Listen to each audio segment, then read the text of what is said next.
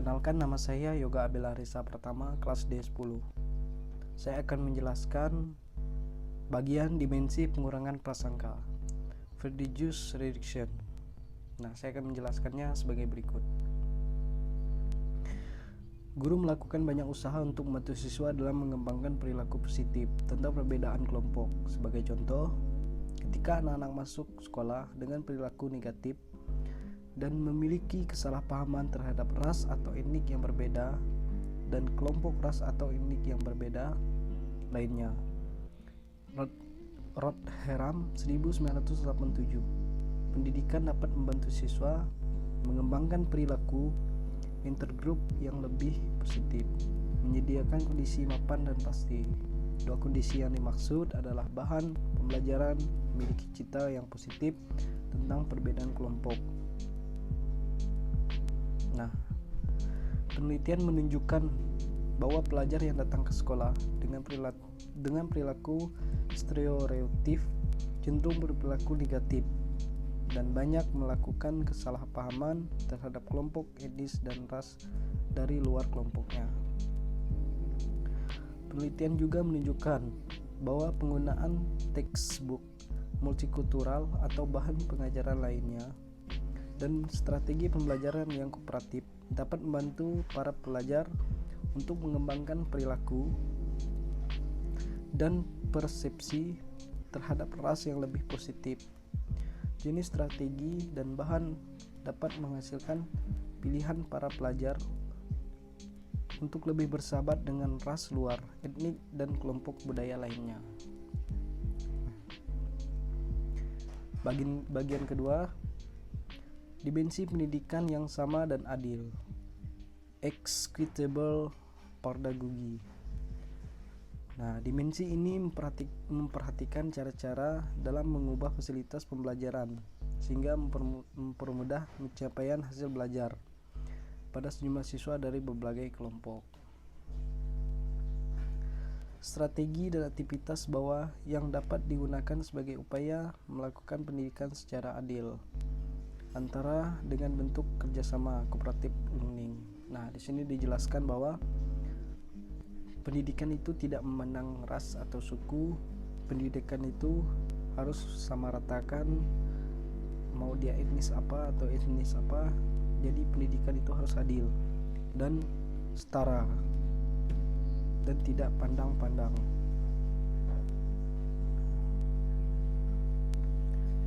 Kemudian strategi dan aktivitas belajar yang dapat digunakan sebagai upaya memperlakukan pendidikan secara adil antara dengan bentuk kerjasama cooperative learning. Nah, pembelajaran cooperative learning ini adalah pembelajaran secara berkelompok. Pembelajaran ini juga ditujukan untuk mendorong siswa bekerja sama di dalam sebuah kelompok untuk bekerja sama membantu satu dengan yang lainnya. Nah, kemudian dan bukan dengan cara-cara yang kompetitif learning. Dimensi ini menyangkut pendidikan yang dirancang untuk membentuk lingkungan sekolah menjadi banyak jenis kelompok, termasuk kelompok etnis, wanita, dan para pelajar dengan kebutuhan khusus yang akan memberikan pengalaman pendidikan, persamaan hak dan persamaan memperoleh kesempatan belajar.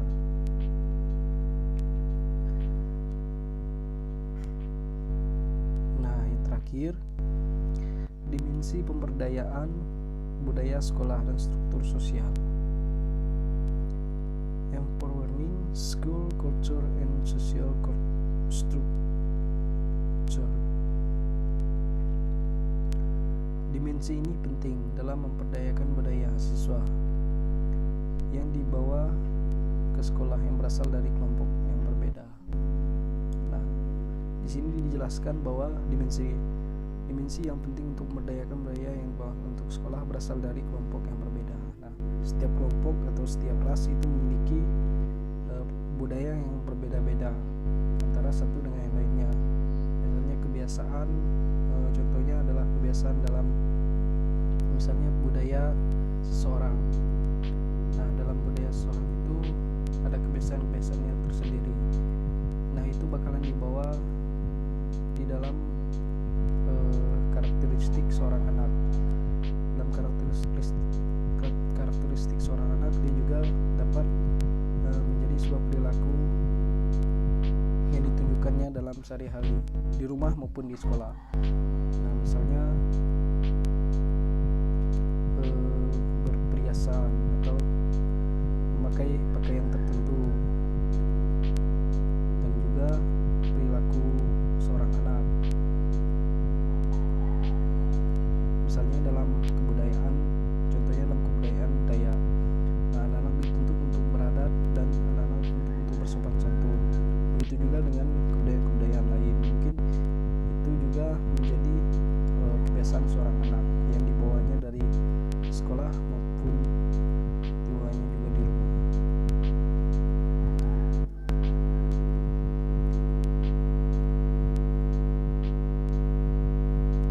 Di samping itu dapat digunakan untuk menyusun struktur sosial sekolah yang bermanfaat untuk potensi budaya siswa yang beraneka sebagai karakteristik struktur sekolah setempat. Misalnya berkaitan dengan praktik kelompok, iklim sosial, latihan partisipasi ekstrakurikuler, dan penghargaan staf dalam merespon sebagai perbedaan yang ada di sekolah. Nah, di sini adalah tentunya menjadi tugas seorang guru untuk menyatukan kelompok-kelompok atau ras-ras yang ada di sekolah untuk bisa bersatu, saling bekerja sama, mendorong siswa untuk sama-sama mengenal satu sama yang lain, sehingga tidak ada perbedaan antara ras, suku, agama tertentu, dan merespon siswa semua untuk saling bergaul dan tidak memilah ini agama apa, ini suku apa, dan ini kebudayaannya seperti apa. Nah, itu pentingnya bagi seorang guru untuk menyatukan setiap perbedaan-perbedaan yang ada di sekolah. Nah, kemudian dimensi pendidikan multikultural yang diperkirakan dapat membantu guru dalam mengimplementasikan beberapa program yang mampu merespon terhadap perbedaan pelajar. Nah, salah satunya juga disebutkan dimensi integrasi atau isian materi, context integration. Nah, dimensi ini digunakan oleh guru untuk memberikan keterangan dengan poin kunci pembelajaran dengan merefleksi materi yang berbeda-beda. Secara khusus, guru menggabungkan kandungan materi pembelajaran ke dalam kurikulum dengan beberapa cara pandangan yang beragam. Bank 1991. Salah satu pendekatan umum adalah mengakui kontribusinya, yaitu guru-guru bekerja sesuai dengan kurikulum mereka dengan membatasi fakta tentang semangat kepahlawanan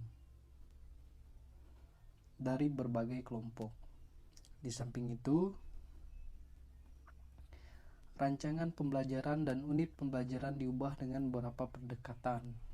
Nah, guru menambahkan beberapa unit atau topik secara khusus yang berkaitan dengan materi multikultural additive efforts. Nah, di sini dijelaskan bahwa pentingnya peranan guru dalam membentuk kurikulum. Nah, guru di sini juga diajarkan untuk mengajarkan mahasiswa sesuai dengan peraturan yang ada dan kurikulum yang ada dan kurikulum yang ditetapkan oleh pemerintah. Nah, selanjutnya dimensi konstruksi atau pengetahuan. Nah, knowledge contribution, suatu dimensi di mana para guru membantu kepada siswa untuk memahami beberapa frasestik dan merumuskan kesimpulan yang dipengaruhi oleh disiplin pengetahuan yang mereka miliki. Dimensi ini juga berhubungan dengan pemahaman para pelajar terhadap perubahan pengetahuan yang ada pada diri mereka sendiri. Nah, di sini dijelaskan bahwa mahasiswa harus diarahkan untuk mengetahui apa dan di mana kemampuan mahasiswa itu sendiri dan mengembangkannya secara individu dan mau belajar. Nah, guru di sini dituntut untuk mengarahkan siswa supaya menemukan apa yang mereka miliki, kemampuan apa yang mereka miliki, seperti itu. Nah, baik, mungkin itu saja materi yang dapat saya sampaikan. Saya ucapkan terima kasih.